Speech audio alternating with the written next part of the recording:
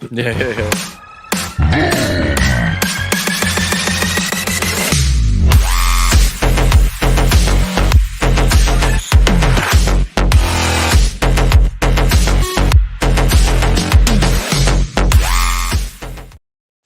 Hello and good afternoon, ladies and gentlemen. Welcome to this week's new episode of the Xbox Factor Podcast. I'm your host, Mr. BoomStick XL, and as we have had in the past, there is breaking news regarding ABK.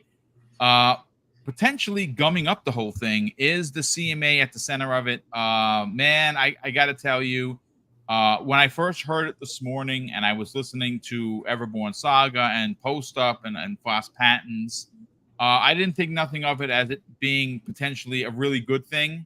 That they're working with Ubisoft for a lot of reasons. I like King David, who's going to be a guest on Friday morning's Breakfast with Boom.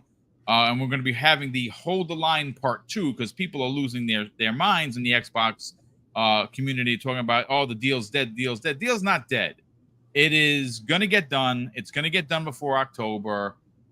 This is their way of, and again, we're going to break it down because Everborn Saga is going to attempt to jump in and really give you guys and gals the layman's explanation, because it is a lot to get into. Ultimately, for the consumers, which is us, right? We're the consumers. We pay monthly for Xbox Game Pass. We are in the same mindset, Everborn and I, and King David and I, who I spoke to this morning as well, that ultimately Ubisoft Plus is going to be an additive to Xbox Game Pass Ultimate, the same way that they currently have EA Play. We believe, and again, it's opinions, folks. I don't have the documents or the contracts, but it does make sense that they did raise it $1.99. We went from $14.99 to $16.99, right? Which is $2. And we all wondered why. Why the increase? Is it just because it's costing more to get games in there, or day and date production? It's probably all of that. But at the same time, it might be because of the introduction to having Ubisoft Plus announced being an additive to your $17 a month subscription. It does make a lot of sense, especially considering that Microsoft is working closely with Ubisoft on this deal. And again, it's only for cloud gaming. It is not for consoles. It is not for PC. It is for cloud streaming only. We will break all of that down. I'm trying to reach out to Post Up, who might be in the chat. I just DM'd him to see if I can get him in here to give us his hot take. I sent the message out to Hargeet Chani to see if he wants to pop in for a hot minute to give us his hot take on it as well.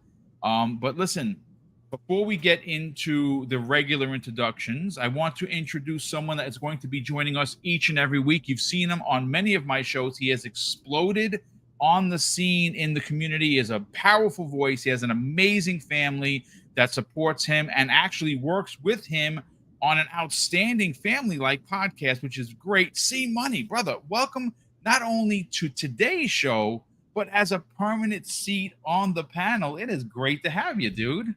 Oh, thank you so much, Boo, man. I really appreciate it.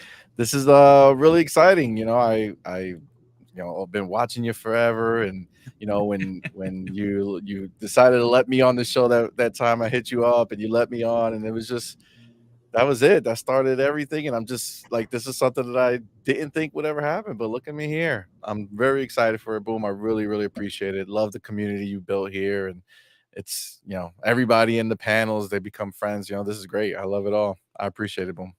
Well, it's great to have you here. And one of the things that my wife and I pride ourselves in when we built the channel back from our first video, November 3rd of 2017, which is still up and is probably one of the worst videos I've ever made. It's bad. It is bad.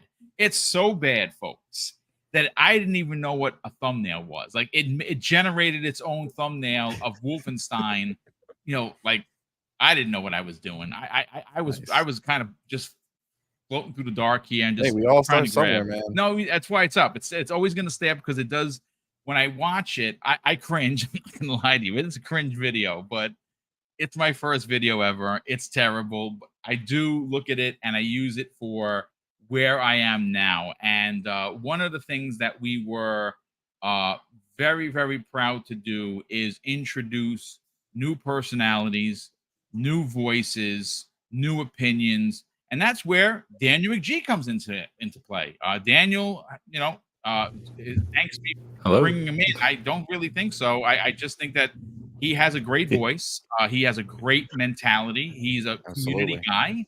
He does great on the fix with Umbra, who will be here momentarily. And listen, welcome back, Daniel McGee. How you feeling? Pretty good. I actually took the last week off work, used some PTO because it doesn't stack, so you might as well use it.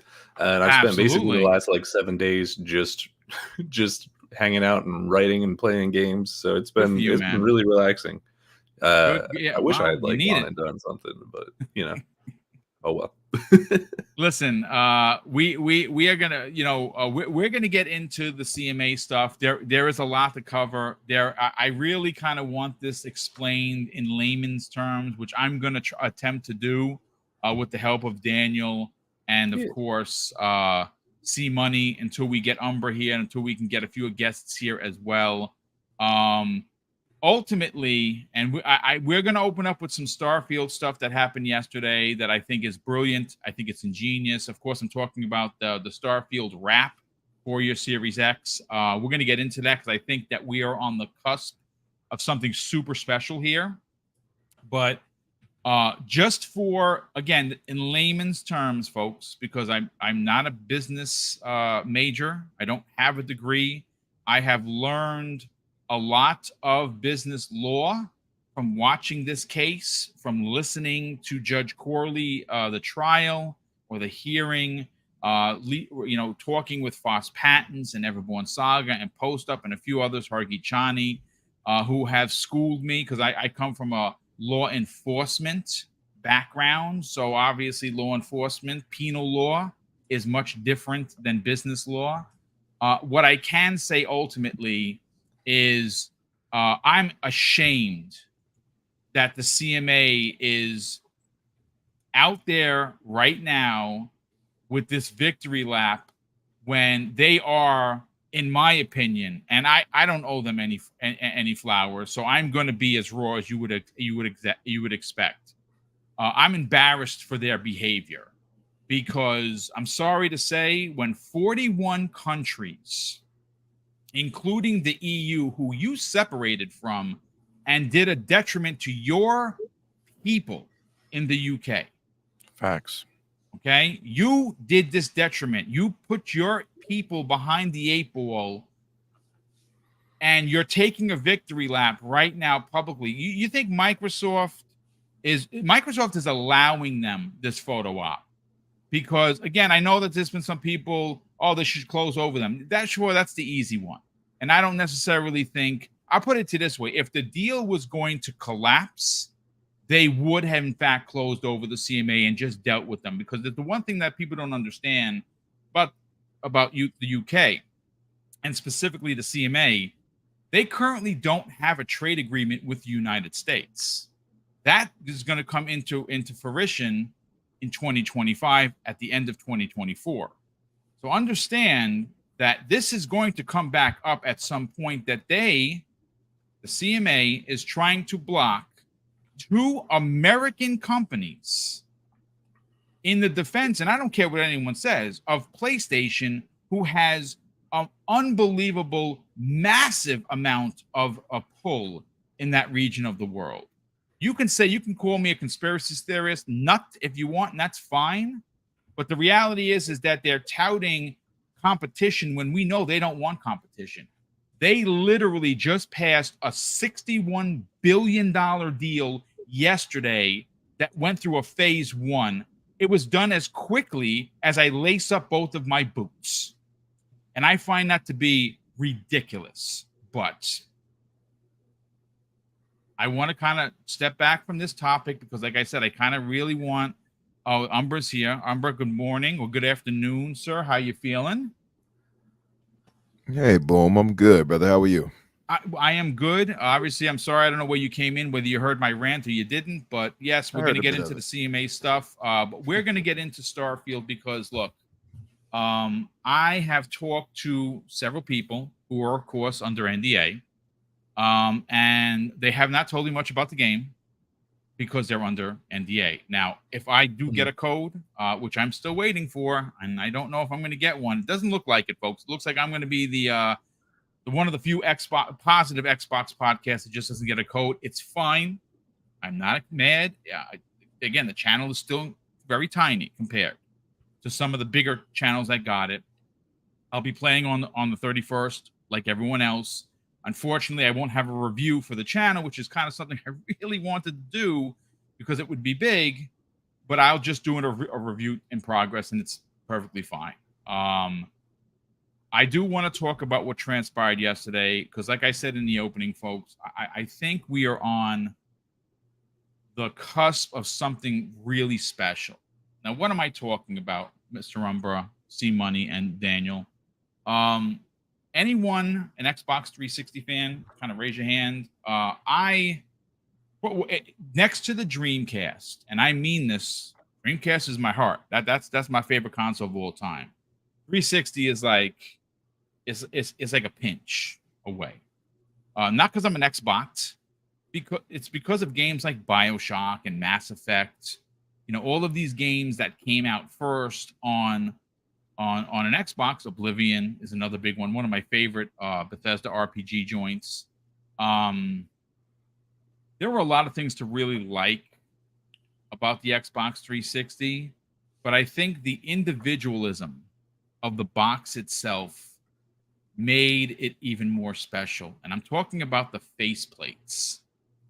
Whenever there was a big game, I mean, again, you got to understand, I'm an old nerd, so I nerd out for these things. Like, I get really, I don't know if anyone saw it on Twitter. I had posted a picture of a Starfield stand that I bought for the controller. I bought it off Etsy. Gorgeous. Quality. Nice. Just so happens that someone had asked me about it, and I said, oh, yeah, I dropped the link because I'm a community guy. I want to help everybody. And because of the person that asked me, hey, listen, where'd you get that from? They made me spend $60 because they make a stand for the headset, and I bought it. And it looks effing dope. I'll post pictures when it's delivered, but my point is that I get involved. Like, I get into this stuff. Like, I want a Spider-Man console, which is why I bought the plates, which is why I bought the controller, which is why I have a Miles Morales cables guy, like literally just waiting to slap that controller in there because I like that kind of unified feeling, my excitement behind the game, which of course I'm excited for Spider-Man 2 more, mostly on a personal level than it is like just a gamer. It's a lot of personal stuff in that Symbionite saga for me, but reeling it back in to Starfield is what I think Microsoft has on their hands here, folks, is the potential for every big first-party game. If you're like me and you are really into the craft of being a collector or being, a gamer, they could logistically match these wraps, as they're called, with custom controllers for their games. Like, we know that they love controllers. There's a Forza one coming out, from what we understand, for Forza Motorsport. No one has seen it, but we know that it's out there. It's somewhere. Wouldn't it be pretty dope, C-Money, to be able to go to your Microsoft Store account and say, yeah, I want this. And it has the wrap, and it has the matching controller. And that's like selling you a custom console without selling you a console. And I think that it's very community consumer friendly, meaning that they'll know. Like, I would have went out and bought a $550 Starfield console, took the Halo one, put it in the room, sold the other one privately. I don't have to do that now. Now I can simply just wrap my console, have a matching controller, and I feel like I'm a winner chicken dinner. Is Absolutely. That something that you could possibly subscribe to? And do you kind of get an Xbox 360 faceplate feeling from this? Absolutely, absolutely. First of all, when they did it on the Xbox 360, that was just fire because you could go ahead and they made a lot of them, so you were able to go ahead and just kind of change it up for what you were feeling, right? Like right now, Individualize your console to your liking, and everyone's was different. exactly, and you can do multiple. So it's not just it's how you felt in the moment, right? So like Yes. Starfield is the fever right now, right? And that's what I want to see. So when I look over to my console, as much as I love my Halo console, I'm like, dress that up with a nice Starfield wrap right now. Yeah, that would do well. So I'm definitely all in on the idea. And just like you said, like you can go into their store, go ahead and find like a setup where they have the wrap with the matching controllers, like as a bundle. It's that would be sick. Like I don't understand how this took so long to happen. Like remember, like we're like 3 years, you know, into this console, right? Like why did it take so long? Because this is such Yeah. a simple yet genius idea, in my opinion. Because I'm just like you, Boom. I would have bought another one, In a just second, because. like literally in a microsecond, Yeah, I wouldn't even have I thought would about have it. dropped the 550 and not even know twice. Yeah. Yeah, exactly. So for me, this is like, well, I just saved myself, $500 because I Yes. paid 50 for it, Yes. and I'm good to go. And then I hope. I mean, they showed us like they're coming out with three. It's not just the Starfield one. It's the Right. Right. camo, the two other camo ones, right? Mm. Yeah. So what I hope is that this doesn't become like another thing we have to beg for, where like when Hellblade comes out, I want a Hellblade wrap, Oh, right? it When should be Fable comes automatic. out, there Yeah. shouldn't even be a discussion. We should Yep. just 1000%. expect that this Yes. is what happens when Xbox drops big games. And it doesn't hurt anybody to offer it, right? If it's on the store and you want to buy it, you get it. If it means nothing to you and you're like, nah, I'm good with my standard looking Xbox, I can save that $50 for a game or for a Yeah, few months dude. of Game Pass. Fine. It doesn't hurt anybody, right? It doesn't take away from anybody. It's not No. like if they make a special console, technically it's kind of taken away from the standard consoles that go out there, right? So like if you don't like how it looks, that might be like, I don't want to get that, right? Where now the wrap solves the problem. If you like it, you buy it. I mean, it's a win-win all around, especially if they take it further, right? If they do make it a normal thing where we're just doing it. And then the end game of this all, now we have the wrap, put that in the design lab. Let us make Dude. our own wraps, bro. Oh my God. Now you're You know what I'm talking. saying? Can you Now imagine you are uploading your image? uncovering the You got a truth. boom console just sitting right there, right? I have mine with my Mario Kart Man logo right That would there. be Like, kind of dope damn, if you can upload a custom image. Oh why my not? God. As long Yeah, as let's it get doesn't crazy. like hurt anybody, You right? could, Like you could just I print could a go make a vinyl custom sticker and image. do that to your Xbox right now. You know what? Ain't See, nobody But I want stopping it you. to be I wanted it to be sexy and official, you know what I'm saying? And Yeah, I want to be able to design the whole color of the wrap yeah, around the logo. You yeah. know what I'm saying? There's a lot of I've had vinyl know. stickers. The problem, Daniel, and Yeah. I hit you back in a second, T Money. The problem with the vinyl stickers is that you need to be a mathematician to get them right. Like you Just hit the literally have bubbles and to, shit. you're using the sun with a magnifying glass to kind of just hit the angle just right. It's crazy what I used to have to do, How are you and then putting stickers on? and you're doing like you're getting the bubbles out. Because listen, I'm a Oh, perfectionist. I don't think there's anything wrong with that. See, what this is dummy proof. It's dummy a proof. wrap. Like That's the key. literally, it's you wrap Yeah. it. It fits the way it's supposed to fit. And some people suggested that this might be reversible. I don't know about that because of the No, Velcro. they said they put something on the inside, some type of silicone, something to kind of make it grip so it doesn't Yeah. Oh, fall okay. off. So That would that make more then sense. the black that I saw with some lines in there is just it's going to be just one use, and that's perfectly fine because Also, is that I Velcro? I assumed it was like little magnets or something. I thought it was magnets, but someone said that they actually said in the write up to this that it's Velcro. Did they? I thought I read like a latch. Like that was the verbiage I think Yeah, I saw. okay. I Well, don't know how we'll have that's maybe defined. someone from Xbox can clarify whether it is Velcro, which I think would be a fine, but I kind of like the magnet one. Yeah, I But I think don't know it'll if be the tacky. magnets, I don't know if the magnets itself would damage the potential SSD in there. You know what I'm saying? Like, could that be a problem? I don't know. I'm not a technical guy like that. I do want to say this. We have 515 people already here. Yesterday, folks, we closed out with 845 people. Nice. Broke records that we've never had before on the Xbox Lunch Break Special. Obviously, a lot of new names here. Shout out to Whoop Whoop Kid.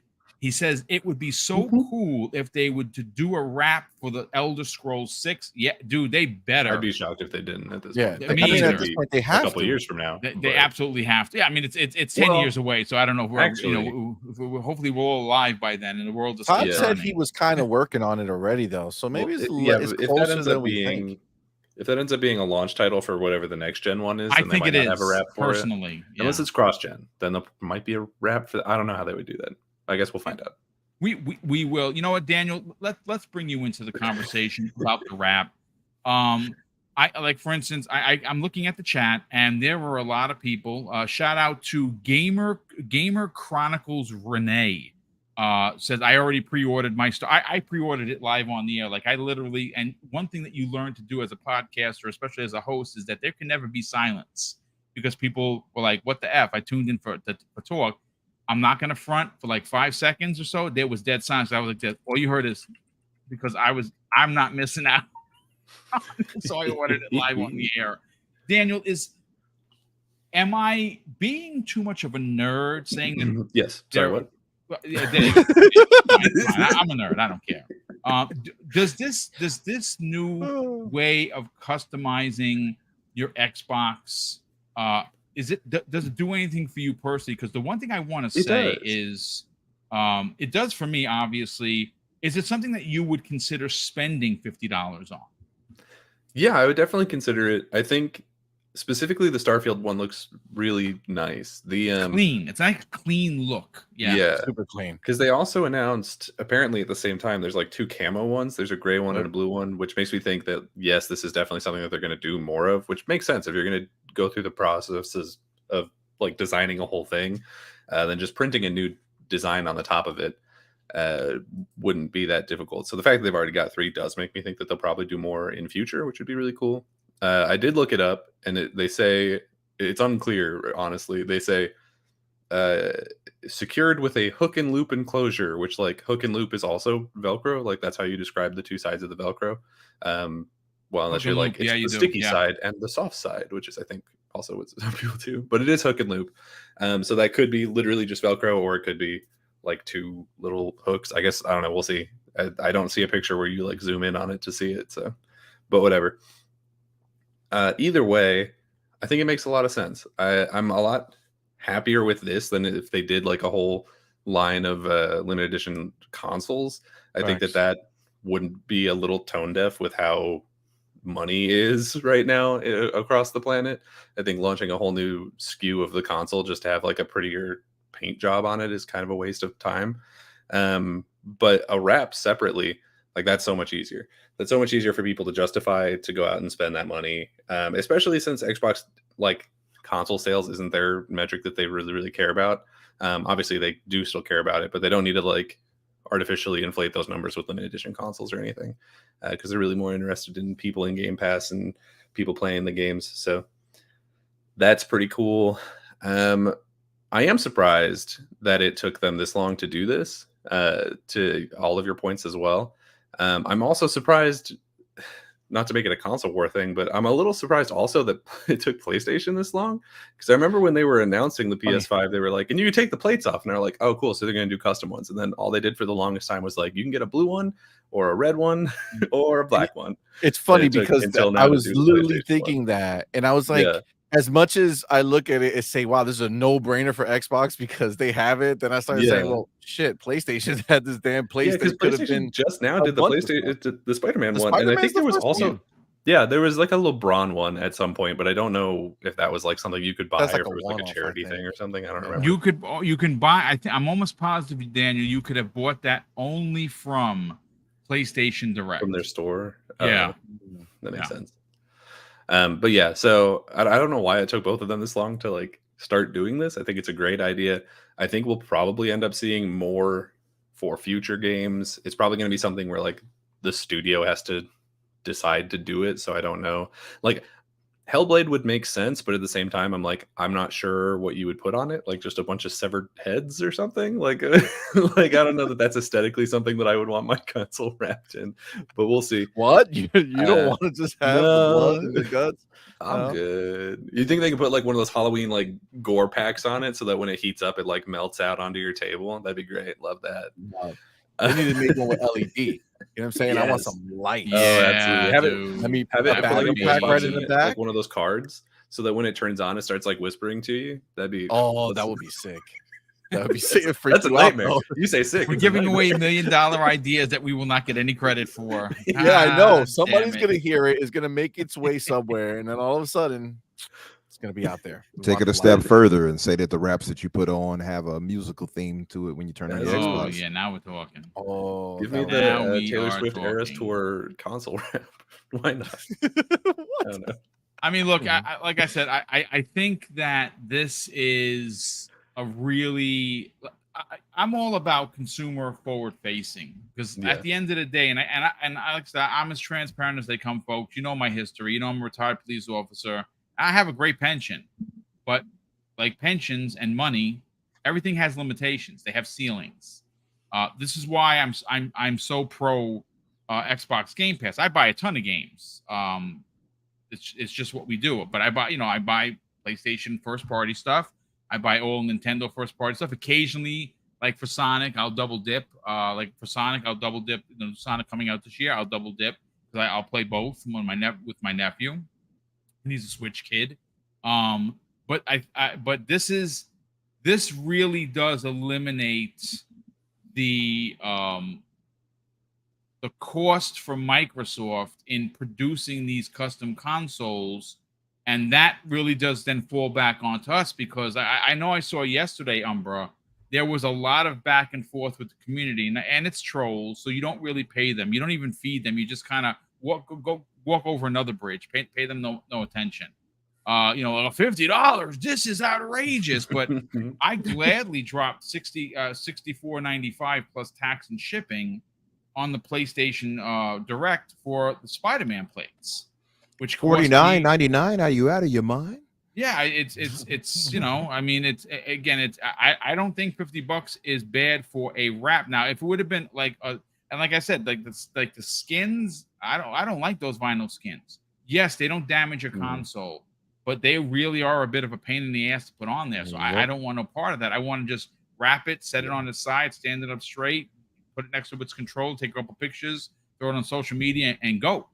Yeah, and these feel like they'd be really easy to store if you had multiple because it looks like they still like fold flat, so you could just stick them in like a cabinet. Not only store it, but display it, right? If you make them and go flat, you can just literally display your extras, right? That's actually a fantastic idea. Like you get that kind of a collector, and you do have for instance, the ideas, bro. Yeah, got to get a frame now. Get a company, start making cover frames. Reach out to a Frame a Game, see what he can do with it. He probably is already working on it. That guy he's like me. That guy doesn't stop. And I know him personally. That guy's a great company. Frame a Game, nice. You don't know, you better find out because they did some good work over there. Daniel, anything else you'd like to add to the conversation, sir? Well, somebody in the chat, I forget who, but because they were talking back and forth a little bit, but somebody in the chat was talking about how they should also give you a custom dynamic background with it. I think they probably will. They already do that with the controllers, right? Great idea. That's dope. I love that. I think that should be included in every sale because those things don't cost anything to make. Yeah, well, because you got one with the controller for Starfield, right? Wasn't that a thing? You did. Yeah, it wasn't great. Yeah, I'm going to be honest with you, but it did. Is there one with the controller? That's why I said I think a lot of the custom controllers have one. Yeah, they do. Yeah. See Money checking his box looking for the code. The minute you register, honestly, the minute you registered the controller, you should be able to find it in your list of. Really? I got messages gonna be like, everybody got it, but you. I know, right? You know what? Don't feel bad. I literally just got the new update 3 days ago for the console. Oh yeah. Oh wow. The UI. You just got it, huh? Oh damn. Wow. It's so weird how they do that. Somehow or another, poor Mr. Boomstick has been put on the pay no mind list. What did I do? I don't understand. You got it later than some of our Australian brothers. Listen, the Australian brothers and sisters deserve it. Again, you got to understand, region is small. They're very prominent creators over there. They do good work. I know who you're talking about, and I love them, and I'm could not be more happy for them. But I want to go to you, Umbra. First of all, brother, good morning, sir, because it's still good morning for you. Yes, you are yes. In Wiping the cold from my eye. Yes. Good morning to everybody. What are your takes on this? Because you're an artistic fella, right? You kind of like things to look uniform and clean and cut.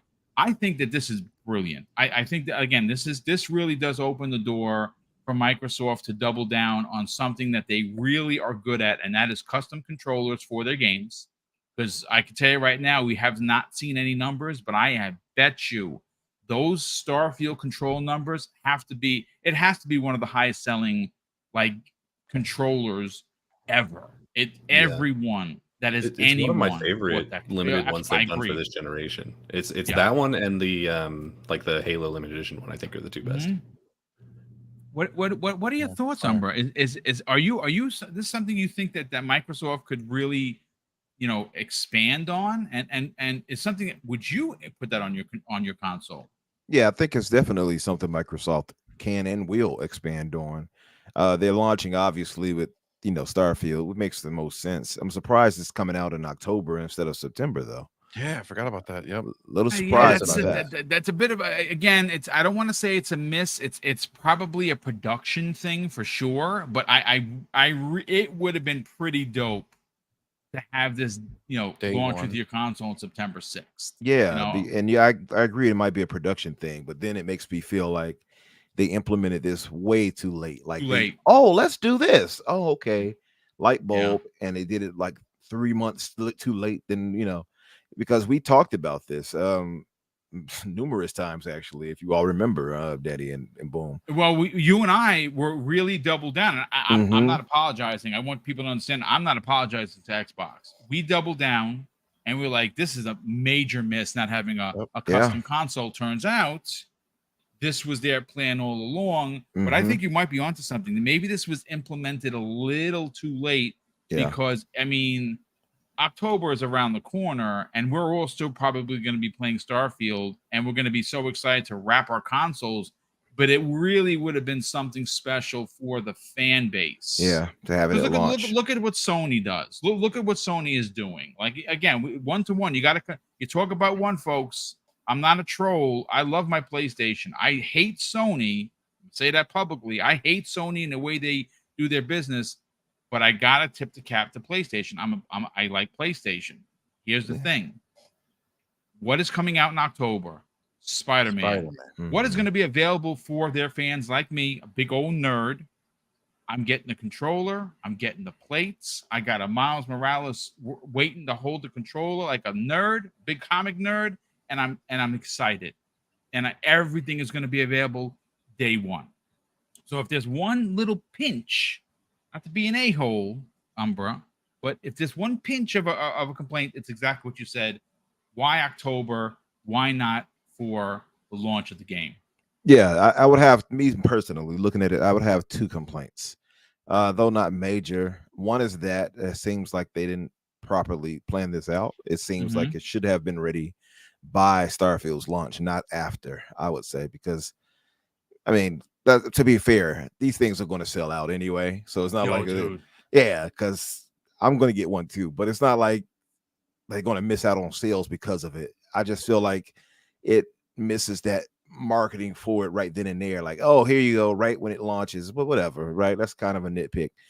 I will say though, I think the design of it, like you pointed out, I think it's clean. It looks nice. To me, it looks better than the PlayStation plates. And these are made out of plastic too, by the way. The thing is, they have I think raised inking and stuff like that on it. And I think, as you guys pointed out, it has the Velcro on the back that helps keep it in place a bit on the console. So it's not like it's a cheap like piece of paper you put on the thing or something like that. But $50 does seem a little steep for what it is. I will be honest. It's cheaper than PlayStation's, to be fair. But yes, PlayStation's plates are genuinely $64.99. Spider-Man one is in fact that when you factor in tax and shipping, which is not free, it comes to about $77, give or take. So you're essentially paying nearly 80. And again, I'm not complaining. I bought it because I'm a fan, and like I said, for me personally, there's more of a personal connection to the Symphonite Saga than it is of a gamer, but I'm going to enjoy it on both sides. But please continue. Yeah, definitely. My thing for PlayStations is, one, I don't care for that design. I think it's poorly designed overall. A lot of people think that it's lazy designing. Yeah, it just seems like they could have done lazy. more. It's just kind of ugly. Yeah, it's just kind of there. Like one side is just all black with the Spider-Man logo. Well, it's meant to be Venom. Just look over. Yeah, but you could have conveyed that better than that, I think. I just don't really care for it. Yeah, you just turn the PlayStation so you see the nice side, you know. Right. Leave the other side in the back. Yeah, that's what it is. Cover it up, put it or lay it down. But yeah, I feel like the design for what they did with Starfield and these camos are much better looking overall aesthetically, and that goes with the controllers we have, because they've got those controllers for the camo, by the way. So that matches if you want to match that with that. So what I expect them to do, and C Money hit it on the head, I was going to say it, but I thought, man, maybe I'll be the first to say it on the show, but C Money was like, nope. So the design labs, right? Gotcha, bitch. But set you up, no doubt. Set you up. Now you knock it down. Yeah, alley-oop, absolutely. Alley-oop. So yeah, the design labs is the smartest, I think, idea for it. And I know I'm not alone there. I know that you're not alone there, C Money. I know it was mentioned before, even on possibly on another show, because it's just a smart idea. It just seems like the natural thing to do is to have a design labs, right? We got controller design labs.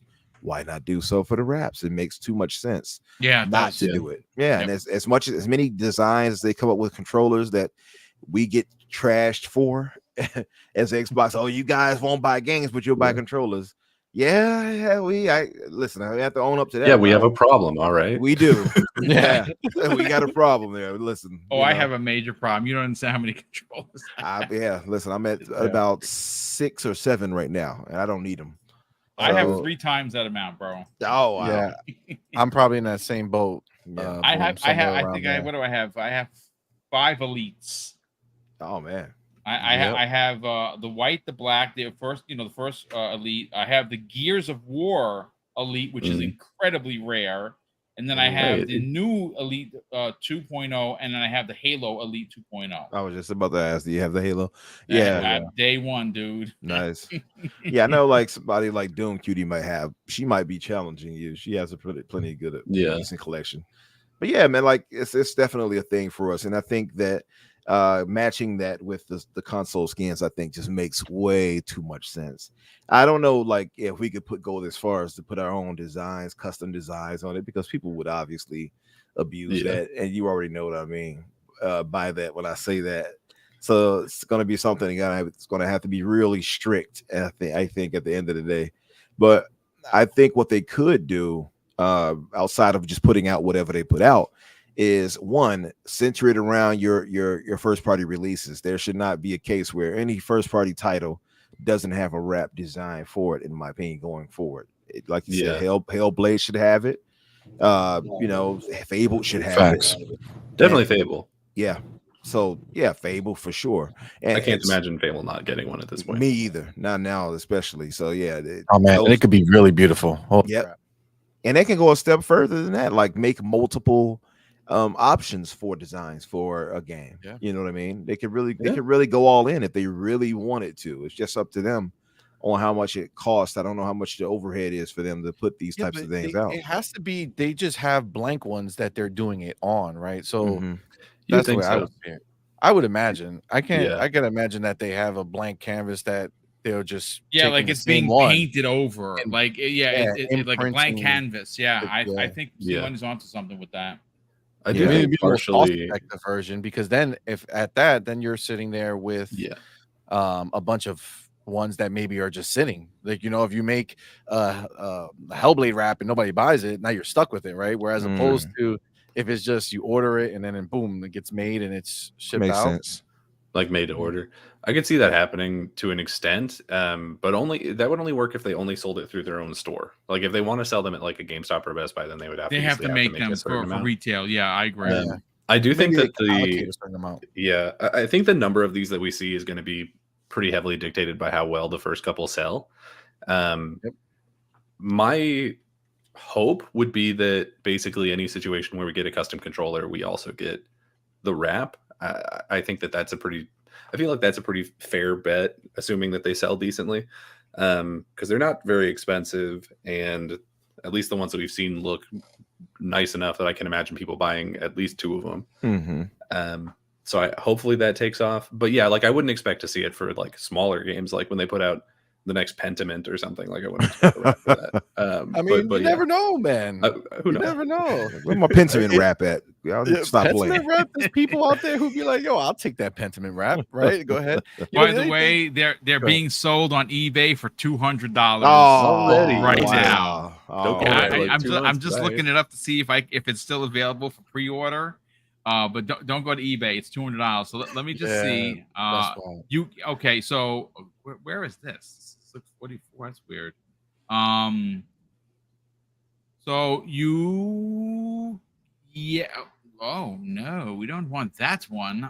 There's a camo one that's like, oh no, we don't want that. No, that okay. So I think, ladies and gentlemen, that the Starfield one is gone.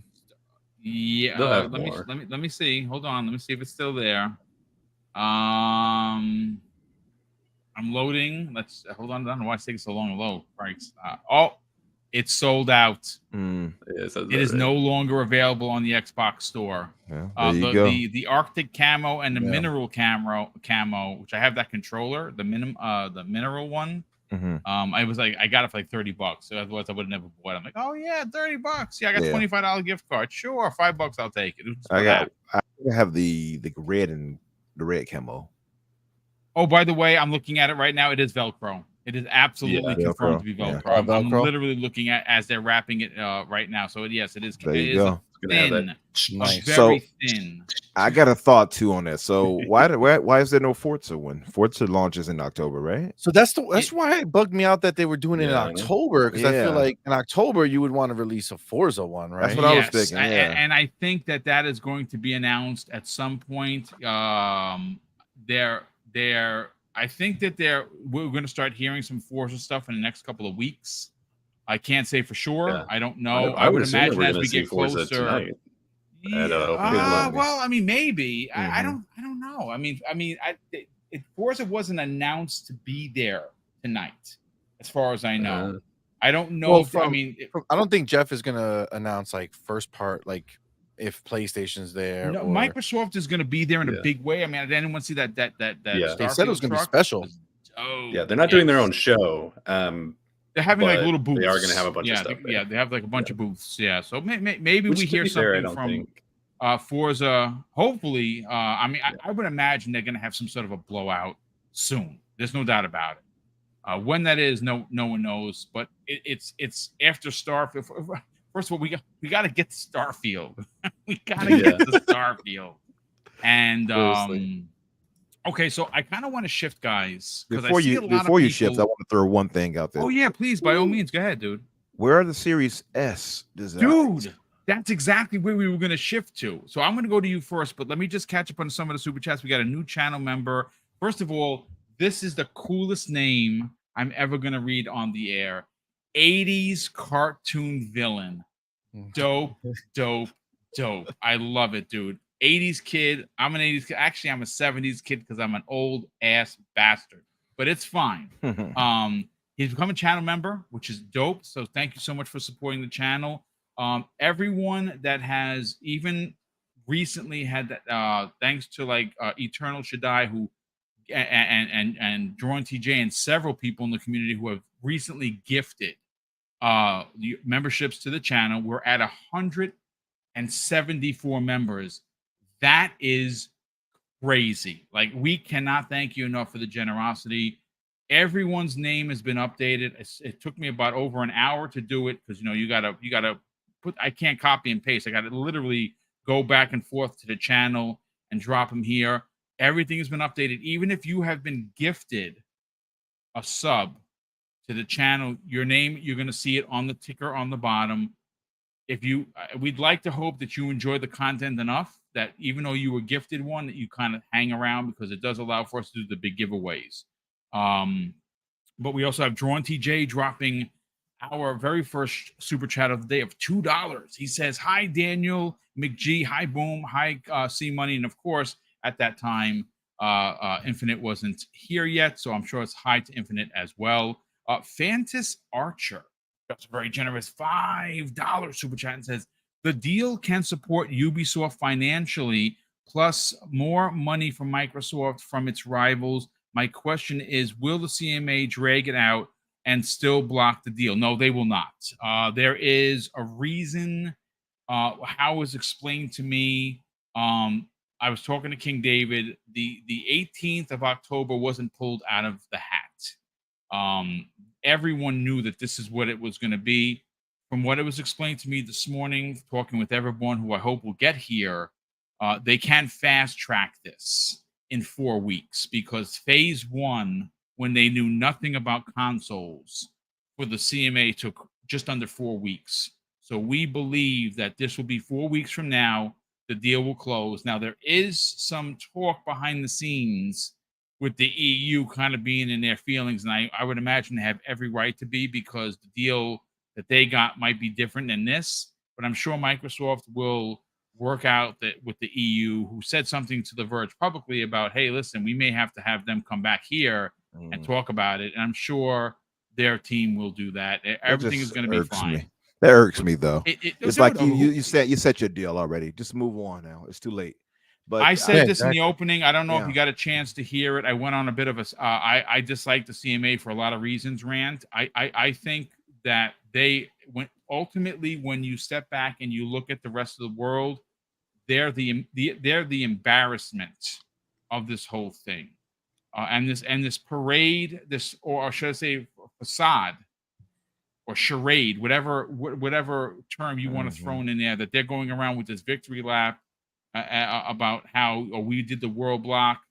If this deal, understand this, folks, if this deal was going to implode because of the UK, they would have closed over them, and they will just deal with the fines. And like I said in the opening, they're going to have to reap and sow this at some point, because there is no trade agreement with the United States. This is a deal between two American companies that they're putting their nose into unnecessarily. And we know that they are pro Sony. That is a fact. And they have behaved like junior varsity this entire time. They got the console SLC wrong, so wrong that they had to go back with their tail tucked between their legs, and now they're trying to play big man on campus. Let's be real. 41 countries outside of you thought that this deal would not hinder competition in any way, whether it be console or cloud. They made a deal with the EU for cloud because they had some concerns, and here you are. You want to flaunt as this is some sort of a victory. I would be more if it's more of a black eye. We'll get to that in a hot second, though. Dean Rivera drops a very generous $5 super chat and says, Xbox replied to someone's tweet saying that the wrap was tested multiple times and does not affect the system as in making it hot or anything. So that's good to know, because a lot of people were asking that in the chat. 80s. You could tell too the way it's designed. It's not covering any of the vents. It's not covering the vent, which would be a major issue because it has feet, so it keeps the bottom open. So that's orphan. Yeah, true. Yeah. It's my console's on the side because I have a stupid center here, which I got to get a new one, but it's just I don't know.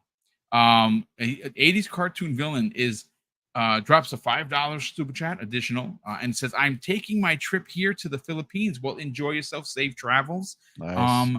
But still wanted to take the time to show some love to you, Mr. Boomstick and crew. Brother, thank you so much for the generosity and the very kind words.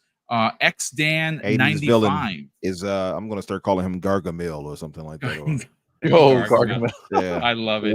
Only old people know who Gargamel is, unless you watch like the Smurfs movies. But people are like, who the hell's Gargamel? That's a rap. By the way, who are these people? Are you over there doing the Passport Bros thing, brother? I think that's what it is. You go over there in the Philippines. What are you talking about? The game? No, he'll know.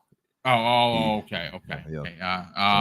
Dan95 drops a £2 super chat and says, have you seen the Starfield trailer with the interstellar theme? Yes. If I'm not mistaken, that was made. Shout out to Wandering Dutch, who is, by the way, at Gamescom. He's hanging out with Greenberg. Folks, he took pictures. Oh, no, he's on the take. Get out of there. He did an absolutely astounding Starfield trailer that he made from scratch. Go check out the Wandering Dutch. He's amazing. Dark Winters drops a very generous $10 super chat and says, my fiance told me I'm forbidden from getting Starfield because she wants to get me a Series X and the game. Dude, that's so awesome, brother. Yeah, just let her do her thing. Let her take her victory lap. That's pretty dope that you got support, because that's having support at home is huge. Mrs. Boomstick, the rock that keeps this whole thing going. So Umbra, I'm going to go to you first. There are a lot of folks, including myself. I have a Series S. My nephew has a Series S. He's more of a Sonic kid. He's more of a Mario kid. Obviously, you wouldn't get a Mario wrap, but you could get a Sonic one. Do you think at some point we're going to get a Series S version of the wrap? Because some people are like, oh, but you can't cover the vent. Yeah, but you can design it with a hole in the middle. I don't see what the big deal is there. Yeah, it seems like you could design around it. I don't know. I wonder about that. I mean, you hear about all this talk about parity and everything, but then they didn't have any parity when it comes to this. So what's up with that? I don't know. I don't know, man. I don't know if they'll do that or not. I guess if the demand is strong enough, you would think it. I kind of feel like they almost have to, though. Like, the most selling, the highest selling of the two, right? You would think so. I think the copies would sell out even faster than they did here in this case, honestly speaking, personally. But yeah, I wonder what the decision was on ignoring the S when it comes to that versus the X. You think it's to get them to look at it as a premium experience if you move up to the Series X? So it's like, hey, yeah, you're living in Series S land, but come up to Series X land and you can make your console pretty. Yeah, trying to make it something exclusive to the higher end. Because I mean, you figure theoretically speaking, they might be looking at it saying, well, like if you're buying a Series S, you're doing it because you're trying to, get into the market at the lowest cost possible on the Xbox side, right? So maybe they don't look at that buyer as somebody who's going to go ahead and spend $50 on a wrap on their Series S. Yeah. Versus, somebody who spends the money on the Series X. Yeah, I would hazard to guess that probably the majority of people who are buying a bunch of custom stuff, like custom controllers and all that, probably have the Series X. Just if I had to guess. I would figure. Yeah. So maybe that's why they made that decision. I do think they should probably end up doing one for the S eventually. Yeah. But I guess they didn't decide to do it day one. Yeah, I guess eventually it will happen. Maybe something they gotta. See. I'm a community guy, folks. I think everyone knows that. Mrs. Boomstick and I, when we built this channel, community was at the forefront. It's like literally in our DNA. I understand that designs like this take some time, and the majority of sales might have been with the Series X, maybe.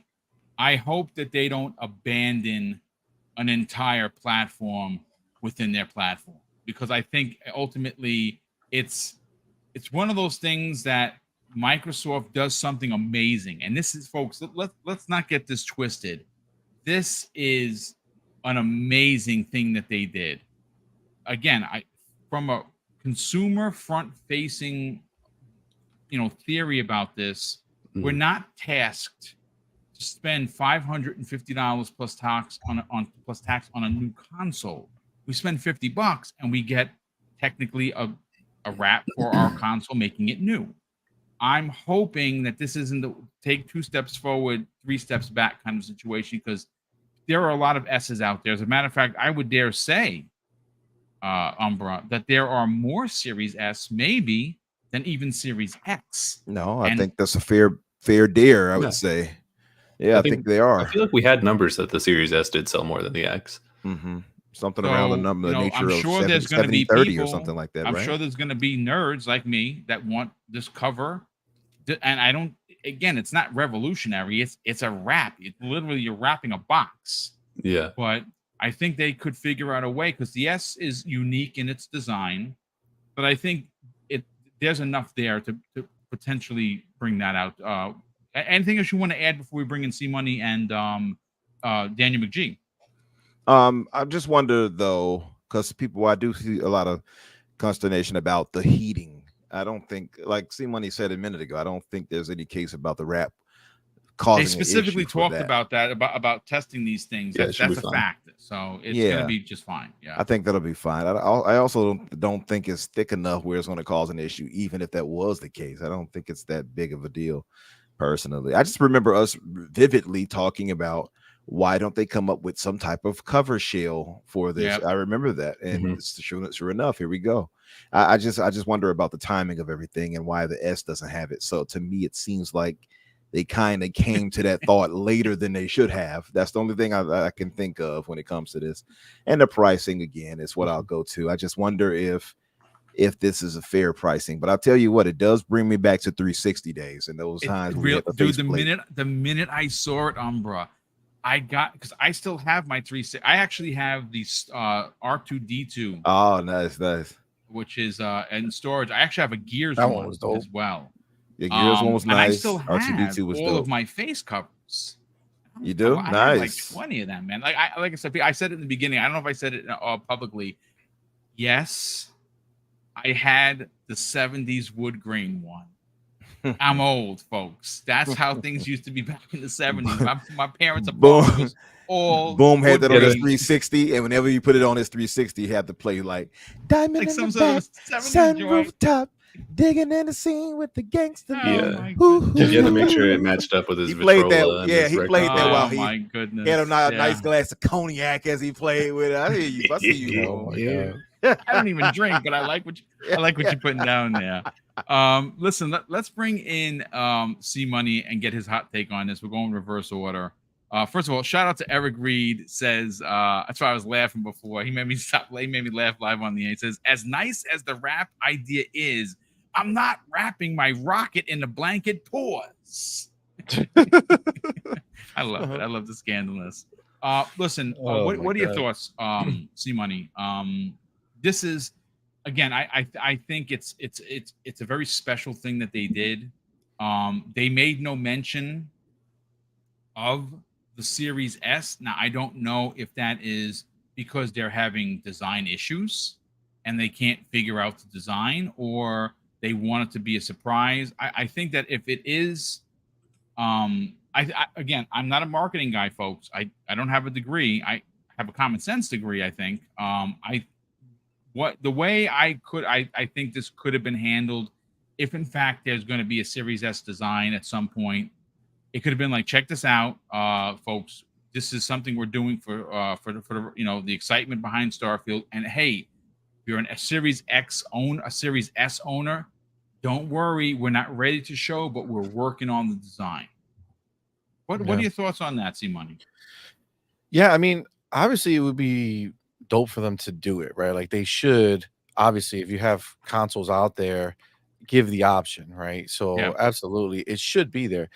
As I think about the shape of it, though, like, I'm trying to, like, artistically, it might be difficult, or maybe it would be like a very big difference because the sides are narrow, right? So like, you have a face that's, that you can kind of do it, but they also have that big black circle on there. Maybe they didn't figure how to make it nice enough yet, like how to come up with one that people will want, because you do have that big ass black circle on it. And I think obviously you can make a hole for it, but how does that affect every design you do? You know what I'm saying? Like, you always have to account. Like, I remember when it was first coming out, people did like the Oreo cookie and the milk wrap, like or mock-ups.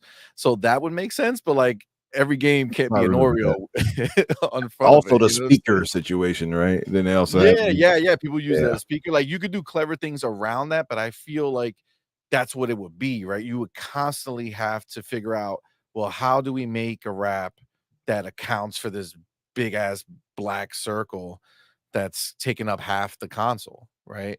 Like, seems like it will almost be a waste of money to just put a little something on the bottom of that. I don't know. That might, when I look at it and I think about how they're going through all this energy to make it, to purposely just leave out the Series S, like for grins and giggles, I don't think that would make sense for them, right? Like, I think they had to look at the option at the same time. But, as bold of a design decision it is as a standard console, right? Having that big black circle there, it kind of, it has like a presence to it. As a design, it's going to be, I think it'll be difficult to kind of work around that, right? You know what I'm saying? That's what I would imagine. I think they should figure it out though, but I don't know how they can get around that. Yeah, yeah. I mean, we'll. I mean, they figured this out, and this. I mean, again, you're wrapping like a cylinder, so it's really not that big of a deal for the Series X. It might have some trouble. Maybe that's why it's not announced. Maybe they're trying to figure that out. Maybe they can make a cover over the black that changes it like very fine, to kind of. Could be. Yeah. Well, I mean, I would imagine they're going to address it because there are going to be people asking for it. And Microsoft's not the kind of the company to leave money on the table, and they listen. They do. They do listen. To be fair, they do. They're one of the few. They're one of the few companies. They're that literally actually the only, because Nintendo doesn't give a crap what you have to say. Oh no, they don't. PlayStation. As small as the Series S is, and I got one for my nephew. That seems like it'll be like something almost like a book cover thing, where it'll probably be flat, and you have to open it up to like a book size or S size type of width from the top down at least, and then slide it over the top down to the bottom, maybe with that cutout going right over the vent.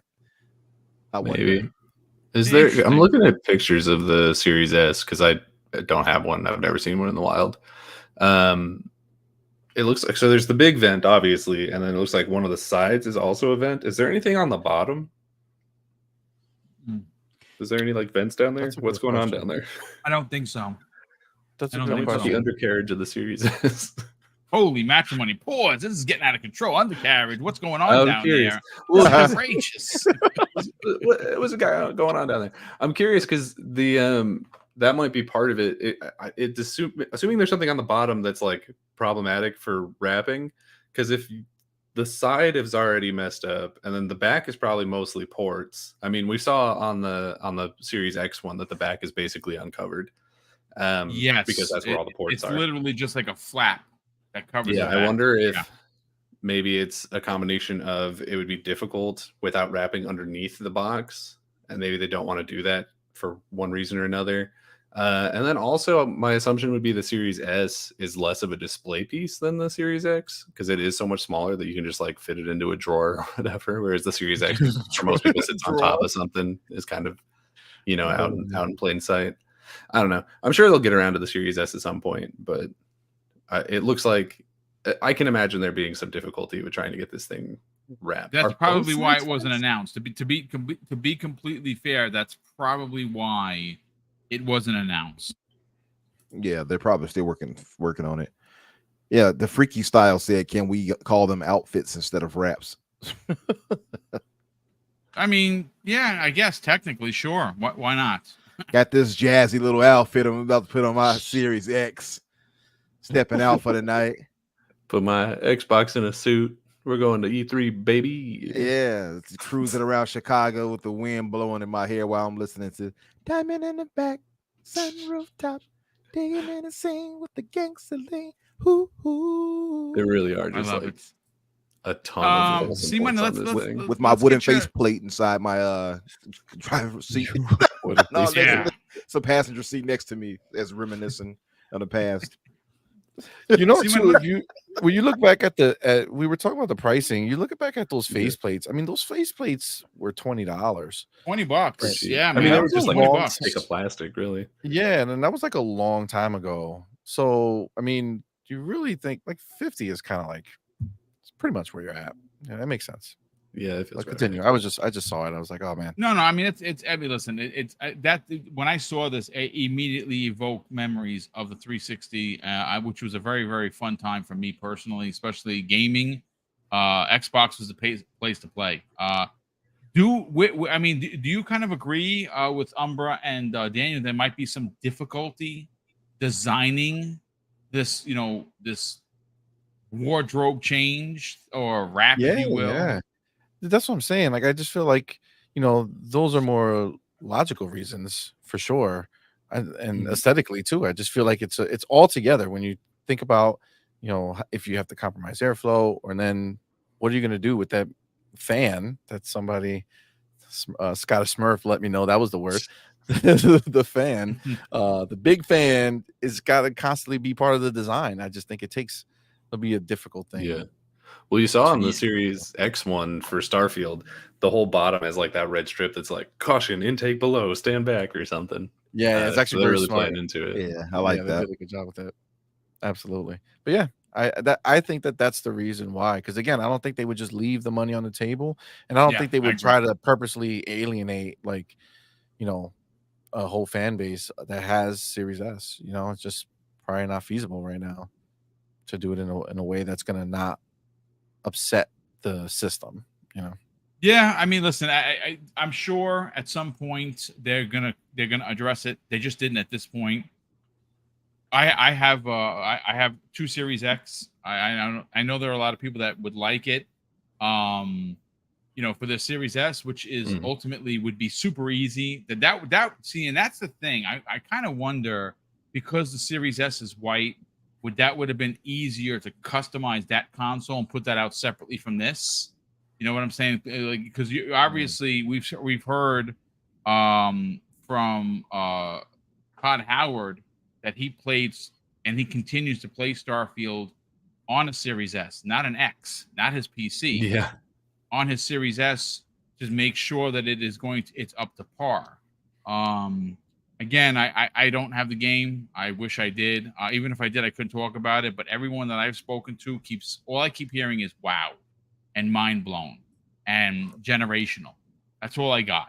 And it gets me even more excited. But look, yeah, been hearing a few let me things catch up on the myself. super chats. Yeah, Alana Pierce said it too. What's that? Alana Pierce. I don't even know if she would have gotten. You know what's funny? Yeah, she actually.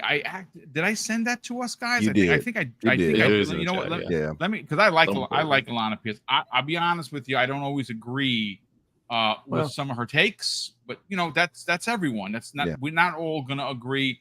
Some of her takes I disagree with, but I think ultimately she's pretty damn cool, considering that people expected her to fall flat on her face when she left IGN, and she left.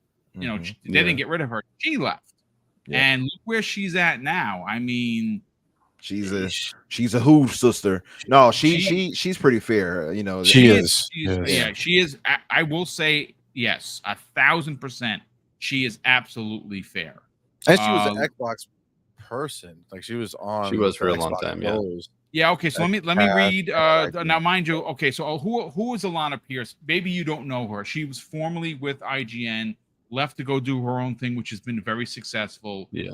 Turns out that she is pretty talented when it comes to writing, because she was hired by Sony Santa Monica, and she's probably working on either the next God of War or whatever else that they're working on. She's the creator host of VA by Night podcast. She said this, folks. Starfield is definitely going to be one of those games of all time. Very simplistic. No NDAs breaking here. Simply just putting her opinion out there. I mean, I'll say this. Jez Corden, who I adore. I think the guy is, I consider him to be a friend. He's an amazing part of the community, an outstanding journalist. I knew this was special from his tweets the day he got his code. And he simply wrote WTF. Now, that may not be a big deal to you. Powerful for me, because I know Jez. And it doesn't take a lot to get him excited, but these are the kind of games that does. And for him to simply just put that out there, it tells me that we're on the cusp of all of us playing something special.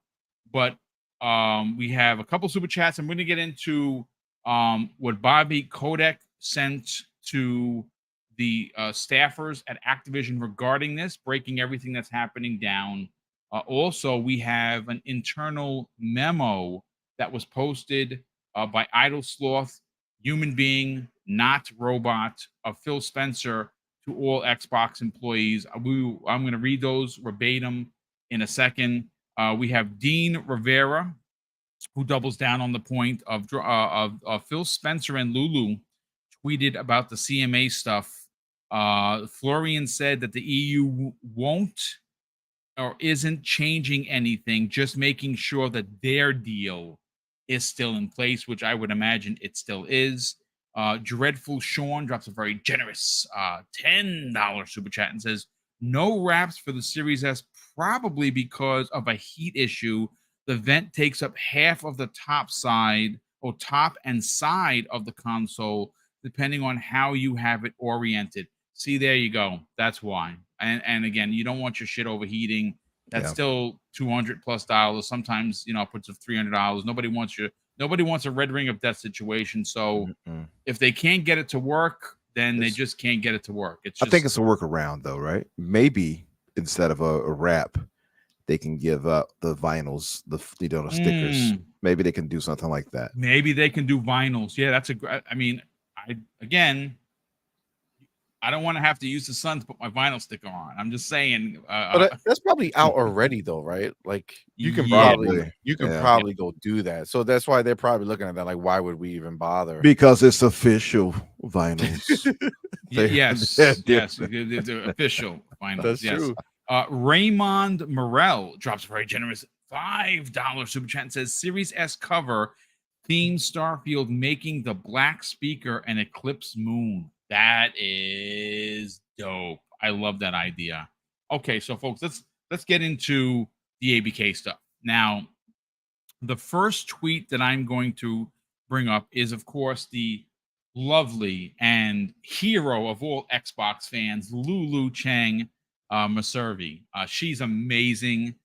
She just continues to be an ultra cool person that just what you get is what you get with Lulu, and all you can do is love it. She tweeted this out, and she says, the next step in the UK for Activision Blizzard's deal with Microsoft, our CEO just sent this email to all employees. So let me just bring this up, and this is from Bobby K, who is still obviously running Activision. He says this, I want to share an update on our merger with Microsoft. To address the UK's CMA's concerns regarding cloud streaming, Microsoft announced it's filed a new merger application in the UK that includes a divestiture for cloud streaming rights at closing with respect to current and new PC and console games. We welcome Microsoft's decision to enter into this agreement and submit a new application to the CMA, which Microsoft believes will address the CMA's concerns. For us, nothing substantially has changed or changes with the addition of this divestiture. Our merger agreement with Microsoft, closing deadline, and the cash consideration to be paid for each Activision Blizzard share at closing remain the same. We will continue to work closely with Microsoft and the CMA throughout the remaining review process, and we are committed to help Microsoft clear any final hurdles as quickly as possible. On that note, our integration management team is hard at work to ensure we are prepared for a smooth close. It is a major cross-functional collaborative effort, and I am thankful for all of the work that is being done. This has been a longer journey than expected, though I am very proud on how focused everyone has remained on delivering great games. Thanks for your continued dedication and commitment to our players. More to come, Bobby. Now, that was from Bobby Kotick. I do have Phil Spencer's. Now, Phil Spencer's is a bit longer, but Idlesoft tweets this. Phil Spencer has sent an internal memo to employees discussing the ABK deal restructuring. He praises Sarabon's exceptional leadership and says the CMA review process should be completed by deal deadline on October 18th. And again, talking to Everborn Saga, we and him think that because the first round of the CMA Phase 1 took only 4 weeks, I would imagine because they have everything in play, it should take no more. We believe that it should be no more than 2 weeks, 2 or 3 weeks. I don't even think it's going to take 4 weeks because they have everything. They're not, they're not having to learn the console or cloud SLC. They know what they have. So this is from Phil Spencer. He simply writes this: Team, today we're taking another important step regarding our proposed acquisition of Activision Blizzard.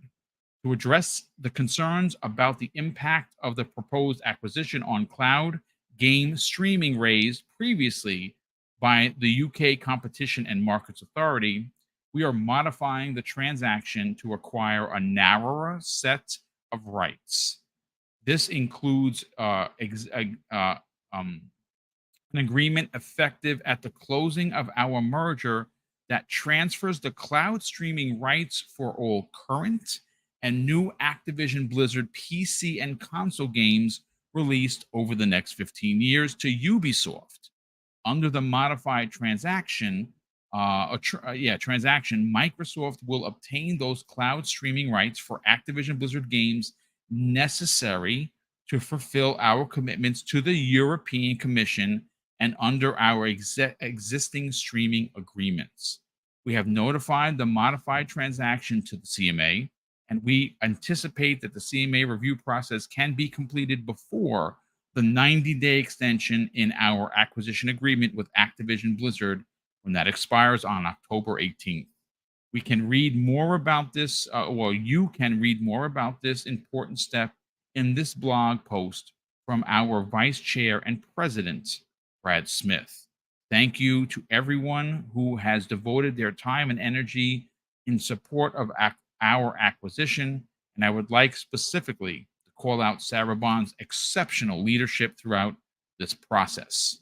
And finally, in closing, he says, and as we continue to navigate the review process with the CMA, we remain as committed as ever to bringing the incredible benefits of this acquisition to players, creators, and the industry. Today's developments move us one step closer to bringing the joy of gaming to everyone on the planet. Phil. Umbra, I'm going to go to you first on this. This does clear up my concern personally for what the EU had put out, because obviously Tom Warren of The Verge has been reporting on this all morning, and one of his reports had that the EU had some concerns.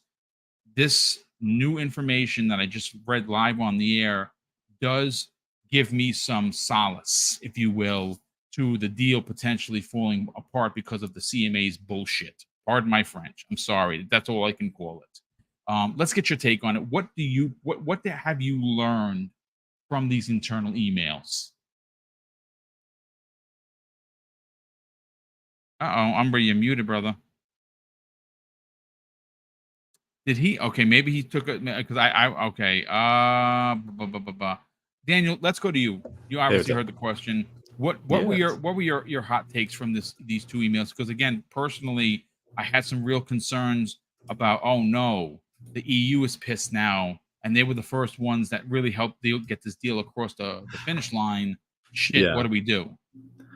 I mean, so I was never really concerned about the EU going back into it. I always assumed that the reason they were looking at it again was just to make sure that their thing still stood, and it obviously does.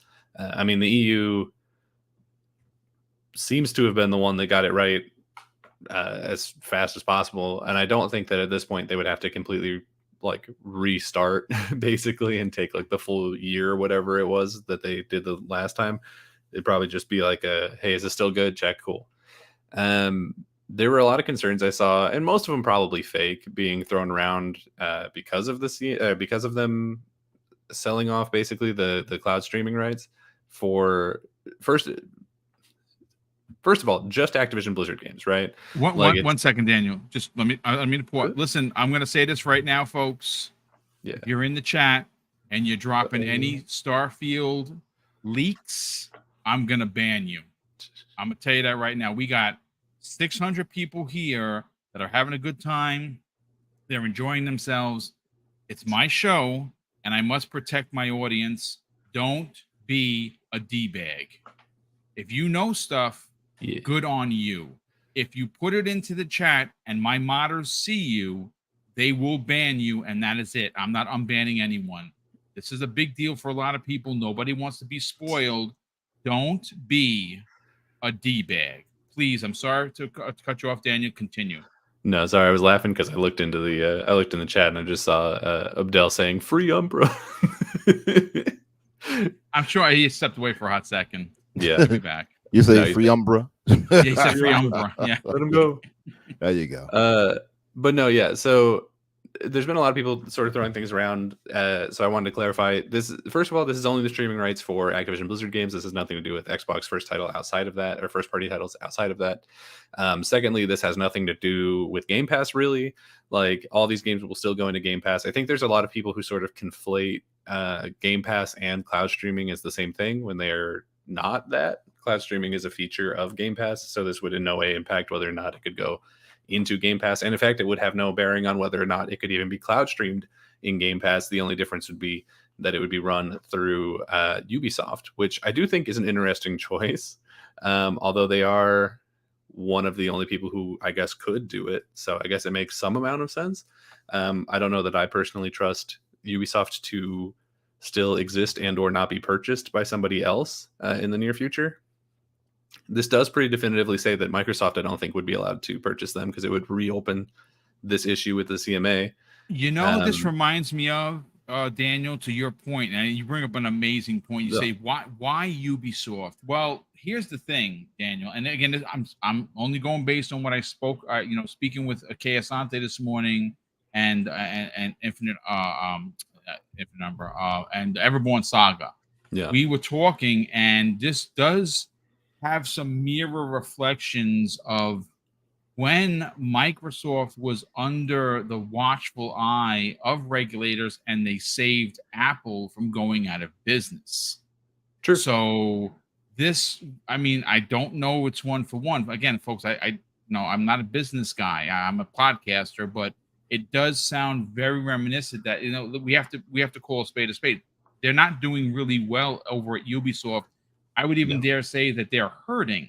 So this kind of a deal might be a very similar, not an exact one-to-one, but a very similar situation. Now, Microsoft has a good working relationship with Ubisoft. They come in, they one of the biggest, deals on the planet, they're now going to be attached to. This could potentially help the company in a big way. I think I want to add to that when you come after Danny finishes. Yeah, you can go now. Well, two of my thoughts on it is, and I see Pixelbit actually spoke on it because I saw him mentioning it before about Michael Patcher. I always have trouble with that guy's name. Is it Patcher? I think it's Pachter. Pachter. Oh, Michael Pachter. Yes. Pachter. Yes. Yes. Michael Pachter. Pachter, like actor. So he spoke on the restructuring deal, and I'll read it as quickly as I can. He wanted to get his note out first, but the gist of the CMA deal is that Microsoft will sell the rights for cloud streaming only, blah, blah, blah, blah, blah. Right? I'm going to skip ahead. So it says, if I had to guess, Ubisoft will pay a minimum guarantee of $100 million a year, and Microsoft will commit to paying them $120 million a year, exclusive rights outside of the EEA and the EU and the 4 countries. So I'm reading that. I'm like, wait a minute. So Ubisoft is going to pay $100 million, but then Microsoft is going to pay them back $120 million. I don't quite get that part. Yeah, it just seems like a funneling of money back and forth to each other. I don't quite get that. Well, yeah, because he was saying that they would pay that for exclusivity for their titles, but I don't think that they would do that because all the other streaming services were ones they were going to put it on anyway. Yeah, you know what I mean? Like they can be outbid too. Now, can I throw a potential monkey wrench into what you guys are saying? Because that makes a lot of sense. Like it doesn't for me personally, and I'm not a business major, but we're gonna pay you $100 million, but then you're gonna give us $100 million. We need $120 million. I kind of wonder, guys, if this extra money's in there is not accountable to potentially having Ubisoft Plus now become something that's into Xbox Game Pass Ultimate. Because remember, Like they raised the price the last time they did that. The last time they raised the price for Xbox Game Pass and they made it Ultimate, they included cloud, console, and PC. Now it's just gone up $2, and you're saying, well, okay, we already have cloud, we have PC, we have console. What else are we going to get? Because we're already getting day-and-date games, we're already getting other stuff. Maybe it is Ubisoft Plus that I'm paying for anyway. My thinking is, boom, going to the Ubisoft Plus is it's going to be worked into Game Pass somehow, by the way, at some point. Yes, but I agree. That feels likely at this point. Yeah, and my thinking too is like they're paying 100 million, then they're paying 120 back. It's just a cyclical thing where they're putting money back and forth, right? But I think the 20 million is more or less to pay, like them saying, "Hey, that 100 million is nothing. This is 20 million for you all to handle our business here and to host this." Here's some folding money, real fast. Exactly. That's the only thing I can where think. Your stuff's coming from. Exactly. Where Ubisoft comes out on top in this deal somehow, and Microsoft still gets what they want at the end too. Yeah, that's what it seems like. I can't figure out any other way. It seems like it's a win-win for everyone involved. Mm-hmm.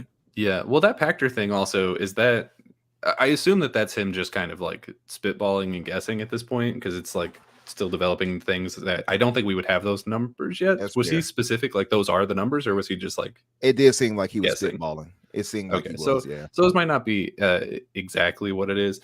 I don't know. It doesn't make sense to me for them to pay for rights for their own games back when they were already planning on putting their stuff on other streaming services. And in fact, because I think a lot of the regulatory bodies demanded that they continue doing that. And I don't think that they would stop doing that just if they had sold it to Ubisoft. Mm-hmm. So yeah, I don't think that necessarily makes a ton of sense.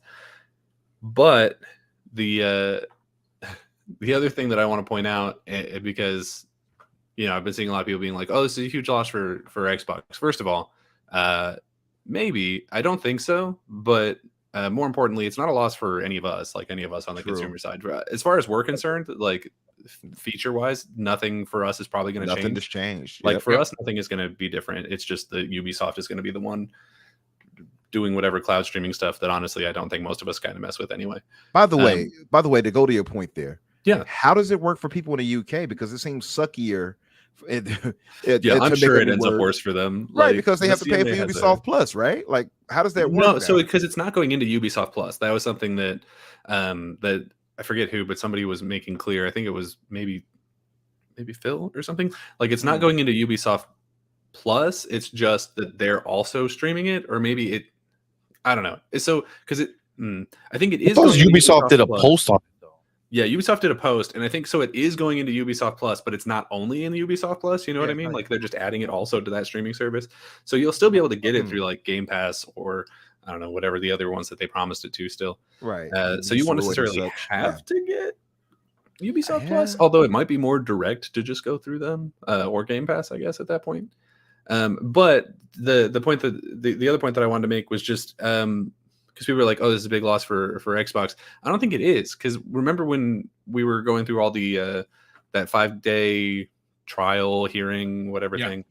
I think it was Sarah Bond who was on the stand, and they were like, this has all been about cloud gaming. She was specifically like, actually, it's not. Like we've run the numbers again, and actually, cloud gaming doesn't make us any money at all. No, so this is really not about that. They spend more money than they make on cloud gaming. Correct. Yeah. So this isn't necessarily a loss for Xbox, and it's definitely not a loss for Xbox like fans, because nothing is going to change for us. Nothing. You know what? Roshan Impenger in the chat, and maybe Daniel, maybe C-Money, maybe even Ember can answer this question. I don't see it that way, but maybe I'm looking at it from a different eye. He says now they'll have no console exclusives from Sony. I don't get that at all. I'm not sure how Sony becomes a part of this conversation. PC related. This is simply streaming. This is cloud streaming. But I guess he's saying that you can get it on technically if Sony outbids Microsoft to put it on there. Yeah. Sony's not going to do that, still though. bid on it from Ubisoft directly. Yeah. Microsoft can't control what Ubisoft does with those licensing rights. So if Sony went ahead and made some type of deal with Ubisoft to get those rights, only if they outbid theoretically them. have those same games that we do. But I don't He's think concerned that doing that. That's for streaming only. Yes, for streaming only, and only again the home console. If Sony was to outbid Microsoft, which they're not going to do. Yeah, I don't think they would bother even trying because, like you said, the only thing that they would be able to get from Ubisoft would be streaming only, and the games that you would be wanting to get that for would be Call of Duty, and you're not going to stream Call games of Duty that are not going to be great. You're just not going to do that. So maybe that's why Microsoft doesn't care. They're like, I don't know. The Sony cares. They might do it anyway and just be like, there you go. And have the worst experience so that we can say that we own it or whatever. Tired of glitches over there? Come on down. No more latency. We'll get you like a full second of delay. It'll be great. I can see Jim Ryan arguing, shouldn't this be the case for Bethesda games that you do that and we could outbid for Starfield, he's a dummy. Starfield to come to the PlayStation? No, the thing is, doesn't this just seem like a whole runaround for nothing? Because at the end of the day, it really does. Ultimately, it's nothing changes here. Yeah. It's a waste of time. These are one of these forward-facing announcements that really shouldn't even matter to us. Like, who cares if Ubisoft is the one providing on the back end, right? Like, they're dealing with the people. Affect me. I mean, it's great for Ubisoft. Like, I'm sure they're going to make a lot of money off of it. So, like, I'm happy for them. I guess I don't really care about Ubisoft personally. Long-term deal, 15 years, huh? Or 15 years. So like that's good for them, I guess. But yeah, I don't know. This really does feel like the CMA just needed to have something to point out and be like, "Look, we did it. We did the thing." Yeah, see, it's a photo op moment. That's all this is. This is smoke and mirrors, folks. That I am telling you right now, it is a false win or a false positive. They lost. They bet big on Lena Khan. They colluded, and I think ultimately, I hope there is an investigation, and if crimes were committed in regards to collusion, that people go to jail. And if that is the head of the CMA and if it's the head of the FTC, then so be it. Don't commit crimes. Or what can I tell you? So I wanted to highlight one thing in the comments. Sure, yeah. Our good friend Calorie there, who always makes good points. They pointed out that it makes it impossible for Xbox to make ABK games exclusive to Xbox. That's the point. Yeah, but Calorie, that's what Microsoft wants. They don't want to have ABK games. They want to put them on everywhere. So this just plays right into their hands anyway. Like, they don't want to keep Call of Duty exclusive. They want that everywhere so they can make as much money as they want. Well, that was just CMA being CMA, and that's what they were bitching about. They were saying that nothing can stop Xbox from one day saying this is exclusive on xCloud. So that's why in their eyes they're getting a win, because Xbox cannot have it exclusive for for 15 exactly years. Oh, sure, but you're also forgetting the point that because this is only for cloud streaming, the only thing they have to do to keep a game exclusive to the Xbox ecosystem is to not cloud stream it. Like, there's no point in there that says that they have to. Like, if they put out the next Crash game, they can just not cloud stream it, and it can still be exclusive. That is absolutely correct. Yes, there's nothing in this deal that said Microsoft is required to make a game that goes beyond their main draw, which is console and PC. So let's say, for instance, and again, this is a rumor, Treyarch, unbelievable developer. Well, supposedly they are working on an open world Mass Effect type of style game as an FPS. Nothing stops Microsoft, who is the owner of this now studio, says, okay, you're going to make this for PC. You're going to make this for console. It is going to be exclusive to the Xbox console ecosystem. And of course, you can play it on PC. There's nothing that says that they have to make this for cloud. If they were to make it especially for cloud, since they just said it makes them no money. Right. If it were to be put on cloud, then it would be a part of Ubisoft putting it wherever they're going to put it, whoever's going to pay them for it. You got to understand, folks, this isn't free. If you want a game on your service, you're going to have to pay millions of dollars. and it's just not going to be worth the investment. It's just not. Yep. Sony doesn't pay to put their first party titles on their own service. You think they're going to pay? Think they're going to pay for ABK games? Come on, yo, those are facts. Yeah, we'll get Crash Bandicoot in there, but we're not going to put our own like Ratchet and Clank in there. Come on. It makes no sense. It makes no sense. Listen, let's get Umbra's hot take on this. I think right now there's a lot of confusion. I hope we have been able to clear some of that up. I still see there's a lot of questions in regards to here. I think ultimately, if you are an Xbox gamer, which I would imagine that the 600 people that are here are probably Xbox gamers, there's no room for concern. Your Xbox Game Pass subscription that you're paying for is probably going to invoke more value, because in my mind, when I saw this, I immediately equated that instead of paying separately like we did. You got to remember, when EA Play first came out, it was, I think, $6 a month or $60 for the year. Right now, Ubisoft Plus is like 15, I think it is. I think it's what I pay, or it's closer to 20. I pay it because I want, I do play a lot of their games. I think ultimately what's going to happen, the value proposition, Umbra, is going to increase, and I can actually see a world where this deal that has been put together by Microsoft to help and benefit Ubisoft, well, they're not doing it to be a good guy. They're businesses. So I'm sure on the back end of this deal, there is somewhere discussed where Ubisoft Plus is going to be a part of the streaming service known as Xbox Game Pass Ultimate. Any thoughts onto that? I'm bringing you there, bro. Oh, there you go. I thought you were still asking the question. Oh, no. Okay. Yeah. It's okay. So phrase that last part for me one more time. I mean, as simple as I can get it, do you think that this deal is somehow going to include Ubisoft Plus coming into Xbox Game Pass Ultimate? Oh yeah. Well, see, I was mentioning it a while ago. Like, I feel like this will play into that somehow, that it will bring it in. I mean, we've already speculated that Ubisoft Plus would be like kind of a foregone conclusion to add to Game Pass at some point. And I think if they add that and keep it at the price that it's at now, then you might not hear me complain so much about them taking away one thing from us that I complained about before. So, I complained about that. You all have heard me. I've been very verbal about them, changing the price and stripping away that one perk. So I think putting in that in there, I would absolutely shut my mouth. But I think this plays into that, and it shows further how good of a relationship Microsoft and Ubisoft have. There has been other speculations. People were like, "Oh, could they acquire Ubisoft?" I mean, they could technically, but would they dare try with 20,000 employees on deck and the scrutiny they've already faced with ABK? No time soon. It wouldn't happen in this generation.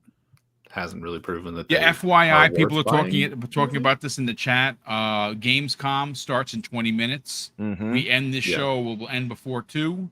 And you guys and gals can get over there, because I'm not streaming it. I'm just gonna watch it as a fan, that's how I'm gonna watch it and see what's up. But yeah, 20 minutes until on live night. What is it on opening night live? Opening night live. Yeah, thank you. With Jeff Keighley starts at literally 2 p.m. Eastern. So we still have 19 minutes. Yeah, we'll close out the show before that goes live, so you guys and gals can get over and watch it. Yeah, there's a pre-show going right now, but it's just Jeff Keighley in, I don't know, like a Marriott talking to camera, like a bad webcam. So it must be really exciting because Jeff Keighley is just so energetic, and he keeps. Okay, I know this is sidetrack and off topic a little bit. He keeps burying his own showcases. Like, what was it last year? I think for Summer Games Fest, he was like, "Oh well, don't expect too much. It's gonna be bad." Like, and then this year before opening night live, like 2 days ago, he was like, "Don't expect any new announcements. We're just gonna talk about stuff here." Yeah, expectations. Yeah. So trash. And then not only don't expect any new announcements, here is literally everything we're gonna announce. Like, it's just like, let me see it, bro. Like, he's so scared to not have people show up to the party. You know what I'm saying? Like, he's afraid nobody's gonna show up. Oh my Jeff, god! how is there no E3 and you still got nothing for me? Come on. Yeah. I mean, on the whole Ubisoft Plus thing, I think that we saw how it's funny when you think about the showcases we had during the summer. Remember, if you all do, Ubisoft show they kept highlighting Phil in the audience. It was so funny to me. I'm like, why do they keep doing that? They kept doing cutaways to him, like, oh, Phil Spencer, but in French. Oui, friend Spencer. I don't know how they would say it in French, but yeah. So they kept highlighting him, so you can see, you can see that they have some favor for him. It's very Jesus. clear. That was wild. See, money making me laugh. I'm trying to hold it together. Sorry, that was just so not French. But then you said the French croissant. Wasn't even close. Phil Spencer. I don't know how they would say it, but I'm guessing it's close to that. Truly in the chat says, Infinite Umbra, don't make me get your other half to take your place on future. Oh my god. Welcome to the channel there, Truly. Thank you so much for stopping by. Disowned, Truly. But yeah, no, I think that it makes sense because you see this continued growing relationship Microsoft has with Ubisoft. So to me, I feel like it is, to me, a foregone conclusion that Ubisoft Plus will eventually come into the fold. And again, you got this whole service thing going on with them providing the games on their service with Ubisoft Plus. I think if that 100 million and 120 million thing, I know it's a figure he kind of threw out there, but it seems like it's going to be a funneling of money, like he pointed out, because ultimately Ubisoft has to pay Microsoft for those games to be there, and Microsoft has to pay for those games to be exclusive to their service. Yes. So it is going to be some fun. Call that a wash. Absolutely. Yeah, that's what I figure, right? But at the same time, you got to figure Ubisoft has to get something out of it outside of those games appearing in the service. So I guess it just has to be something where they pay them, right? Because that was the original idea, was that Microsoft was going to hire or put it into some I forgot how they worded it, but in a different company altogether. I forget how they worded it, but a company outside of their direct control that would handle the streaming and all of those types of things. You mean in the EU? Yeah. I forgot how. Yeah. There was a different company. It's like EC or something like that. Exactly. So that's right. EC was one of them.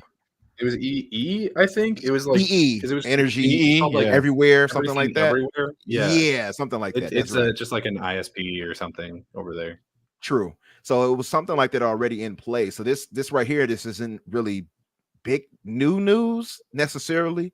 I mean, it is with Ubisoft. So I think it just further strengthens their bonds. So I think because of the money that they'll be getting out of this, it possibly will pull Ubisoft Plus. They probably work out something, I would imagine, into bringing that to Game Pass. And hey, I'm all for it. Truly says EE, so it's definitely EE. Yeah.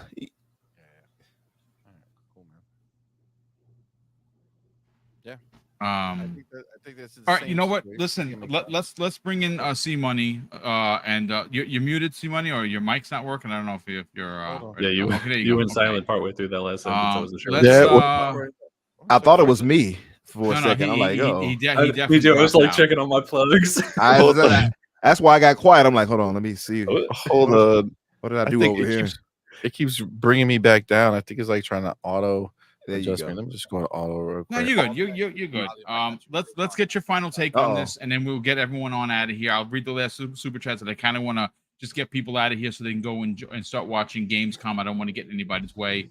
C Money, what are your thoughts on this? I mean, ultimately, do you kind of think that we're going to see Ubisoft Plus announced at some point once this deal is done, being a part of Game Pass? I think this is a deal that is going to help out both companies. No one is winning over the other. I think this is a mutual thing.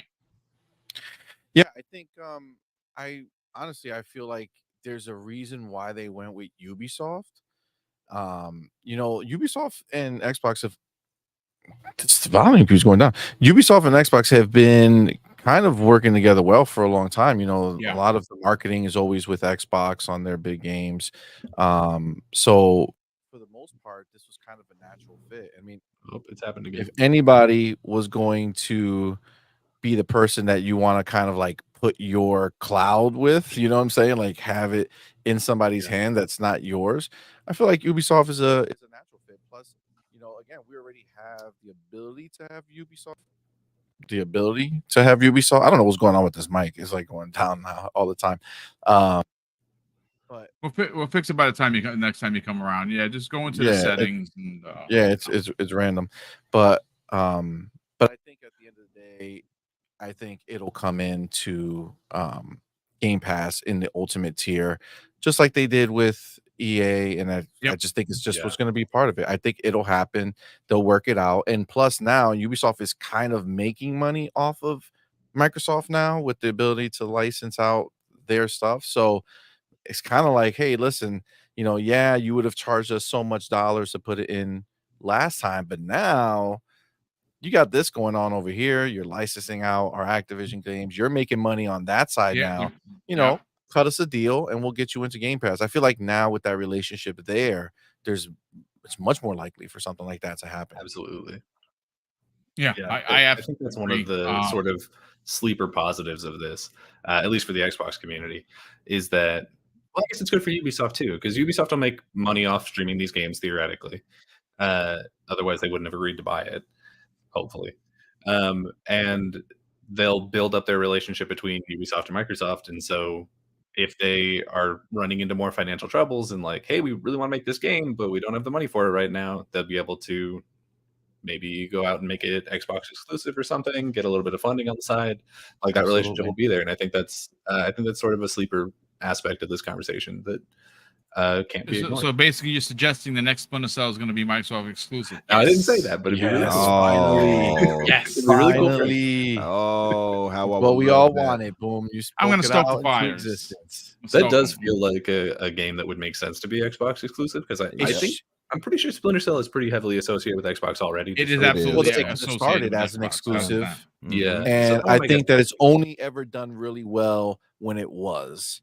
Once it started going everywhere, it lost the special sauce because it just became, they try to appeal to too many people. Yeah. And they started moving away from what made it great. Chaos Theory is one of the best games. Oh, I love Chaos Theory. Oh, yeah. Ever made. Oh, my I liked God. all the ones that were like the original 3. And then I also liked, although it wasn't good, I liked Blacklist, because they changed the voice to be Whitney Fordman from Smallville, and I was like, "It's that guy! I know that guy." I was like, "Hell yeah!" When I didn't hear Michael Ironside, I was like, I checked out.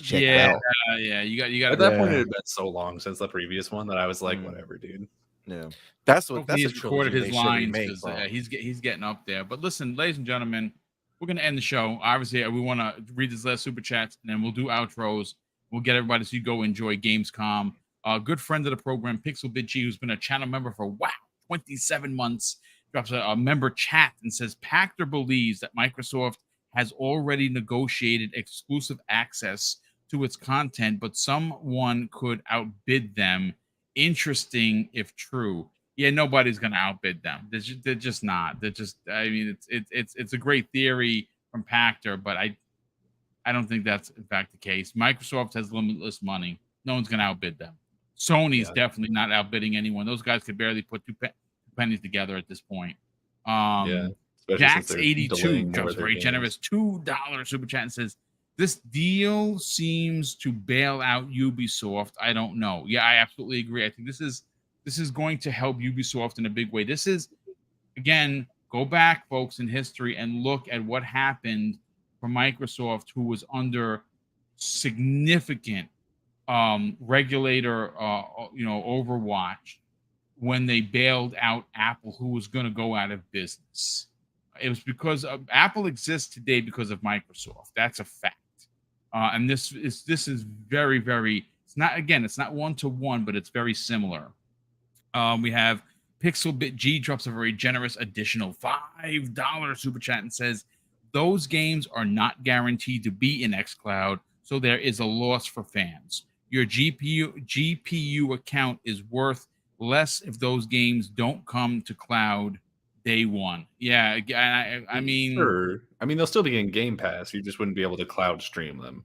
cloud stream them. True. Yeah, but I would hazard, and that's an absolute worst case scenario, is that you would either be able to cloud stream it, like worst case scenario for Xbox, I mean, is you would be able to either cloud stream in places where they didn't necessarily want you to, which seems to be maybe just PlayStation, although they already did say that they would be willing to put it into PlayStation Plus as well. So I don't know that they would really care either way.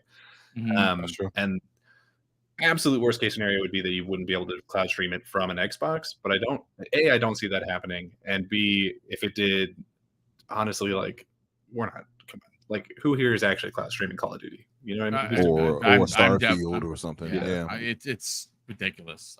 Listen, we will learn more, and as the week progresses, I still have 3 shows. We have Primetime Gaming tomorrow evening at 7. I'm sitting down one-on-one. I'm not sure who the guest is going to be. I'm trying to get Skullsy TV, Mr. Bethesda himself, for Thursday. We are going to have King David joining us on Friday morning, and this is going to be Hold the Line Part 2, because people are just going out of their minds. We're going to have the general show up and snap some of these yellow bellies back in position, according to King David. But listen, let's get to the outros. We'll start first with our very new member here, C Money. Please, by all means, sell your incredible brand that you have with you have a podcast that you do with your wife, your son, your daughter. You obviously stream with your wife when you talk about subjects that maybe she's not familiar with, and it makes it very, very watchable because it's honest opinions from her. Sell it, man. Where can people check that out? Subscribe to your YouTube channel that is closing in on 11K, and more importantly, reach out to you on social media. Absolutely. Boom. Thank you again. This was an awesome first day on the job. Very excited. It was a fun time. So I do again appreciate it. Love being on here with you guys. So this was great. So you can follow me. I have it on my little name bar tag at C Money Forever on Twitter. Or X or whatever you want to call it. And then right next to that, Mario Kart Madman, that is the name of our channel. And even though it sounds like a Nintendo focused situation, it is not. Great name choice, by the way, for us, because now we got to keep explaining it. But it's a channel that we have that, again, it's family. I do podcasts with my wife and my son, with my daughter also kind of in the chat as like moderating stuff. But we do that every Saturday. It's called On Point, the gaming newscast. We are in quite the situation with time on these podcasts. Like, I don't know what's happening. Like, we don't try to do this, but we cover gaming and then we cover anime and TV movies in the same podcast. Last podcast was almost 7 hours. I saw, and wow. I was gaming and I'm in a party with people. I'm like, C Money is still going, y'all. So it's about 6 hours in right here. Yo, it's happening. I don't know what's going on. Numbers. Yeah, like it's wild. Like the time before that, it was like 6 hours and change. The time before I was like 5 something. Like we're like slowly creeping up. I don't know what's happening. I don't know. It doesn't feel like it though. You know what I'm saying? Like we're not like we're laughing, we're joking, we're bugging out having fun. Chat. That's what it's about. Yeah. So it's kind of just like a long chill session, and we just happen to be talking about games and movies. And I could tell you all enjoy each other too. Like I'm like the family that pods together stays together. That's right. That's right. That's right. We do. We have a great time. We have a great time. So we definitely enjoy it. And we do other shows throughout the week. We actually have some new shows. Like, so on Saturdays, we don't have an exact time because it's very sporadic. When we go live. But we are working on some new shows that will be set at a certain time and certain days. So I will have more to say about that maybe next week. But aside from that, come check us out. We really appreciate it. Again, we're closing in on 11K. So, I really, really would love for you guys to come check us out and, come in the chat. Just come and talk. We love having fun. Like we bug out. So nice. It's always every time I pop by, it's always fun. And that's what ultimately it's supposed to be about. Daniel McGee, let's get your brand sold. You put the link on there. I did drop it in there. I dropped it in. now that I'm part of the crew, do I get the superpower to put in links? Yeah, as soon as you're yeah, you can put links in as soon as you're a moderator. It'll put the link. You know what? Let me throw a quick. You know what? Where's my phone? Put a comment. You know what? Yeah, put a comment I'll do in it the next. chat. I'll go on YouTube and I'll just make you a moderator, and you'll be able to do that. So don't sweat it. Yeah, cool. Just put the C Money one. The C Money. Yes. Don't worry. I'm gonna put C Money one in there. Daniel McGee, let's get your brand sold, brother. Yeah. Obviously, you took a week off. You got a chance to do a lot of writing, which means that we should be getting some intense, incredible videos. Sell your YouTube channel, more importantly. And where can people reach out to you on social media, but also find you on Thursdays on The Fix with Mr. Infinite Umbra? And you guys got a big show coming up this Thursday. We do. Well, I guess it partially depends on if anything really exciting gets shown off at Gamescom, which we'll see. But yeah, so you can find me on Twitter at Daniel J. McGee or at my personal YouTube channel of Daniel McGee. I'll post it in the chat. Like Boom said, I had the week off, so I got to spend a lot of time writing. So hopefully I'll be able to finally get the third episode of my rewritten DCU episode out in the next couple weeks here. It's been so much work, but I've enjoyed every second of it because I go way too in depth on these things. Like I'm not just writing down like the script and everything. I'm also doing like what house should represent Wayne Manor? Where should we film this? What dress is Vicky Vale wearing to this party? Like all kinds of I'm going way too in depth on a lot of stuff that doesn't matter. The other day I did a full psychological workup on the difference between Bruce and Roman Sionis. So like I'm doing too much. I'm doing way too much, but hopefully when it comes out, the product will be better for it. So be patient for that, but it should be hopefully in the next little bit. I do have another video that I've just recorded last night talking about Game Pass, so that should be going up in the next couple of days. But you can also find me every Thursday at 7 p.m. Central at Infinite Umbra's channel for The Fix. It's our podcast where we talk about video game, anime, movies, whatever there is to talk about that week. We just actually had Steve Money on our most recent show, and it was genuinely, I think, probably the best one that we've had. And I believe he's coming back for this week as well, correct? Yes, sir. Yeah. Yes. So we didn't know at the time that he was going to become family, but like he fit in really well. So now we're going to randomly show up at cookouts. Like, what y'all got for us? I love it. Not showing up randomly at cookouts. Hey, I'm here. Beat me. I love it. The 8 of us, you know what I'm saying? I don't come alone. We'll be deep. Hey, listen, Jim Ryan's here. Jim Ryan's first party GoFundMe account drops a very generous $2. That man's in hiding, bro. He's in hiding. Off. Oh my god, I love it. Wine and dine. With the whole CMA to McDonald's, huh? Mm-hmm. Listen, dollar menu, brother. That's how we live.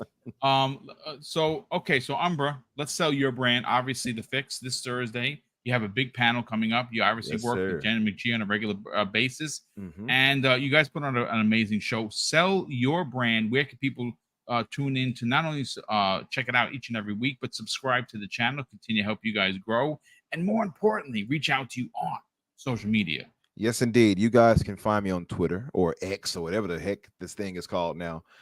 Infinite Umbra or Umbra Infinite. You will find me either way. Of course, like Boom pointed out, our The Fix on Thursdays at 8 o'clock Eastern. This show will be good this week. We got Gamescom coverage. We'll have 3 days worth of coverage at that point. So that will be pretty good. We'll have seen a bunch, including Microsoft, I believe, by that point. So it'll be C Money, myself, of course, Danny, and we have 2 other guests, which is Spoiler Spaces, aka Aaron, his real name. He's actually at Gamescom, so he's gonna try to capture actual footage as he's going around. I might have to get a chance to highlight that and put it into play while we talk and such.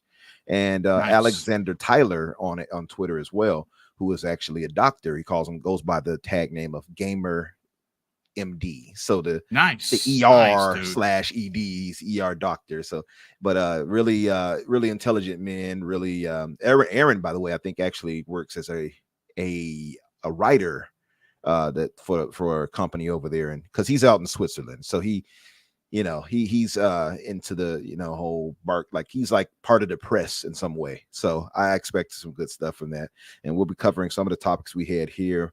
but more in depth on Gamescom, I imagine, to take the most. Yeah, we should have some announcements for sure. They just opened Gamescom with Starfield, by the way. Oh wow, there you go. Nice. Okay, so let's. Oh, they already did. They're doing it now. Hold on. Like, all right. Father, sister, brother. Okay, listen, all folks. Right. Enjoy the rest of your day. Enjoy Gamescom. Obviously, thank you to all the super chats that came in here. Super appreciate the incredible support. Of course, the channel members as well. And of course, I'm going to close out the show quickly with something that's incredibly important to me. Hopefully, one day it'll be important to you. And that's something that my dad taught us when we were kids. And he said, Craig, treat others how you want to be treated. And also, it doesn't cost anything. Be nice. Live by those rules, Craig. I can guarantee you're going to have an awesome day. So take care, everyone. We'll see you next week on the newest episode of the Xbox Factor Podcast.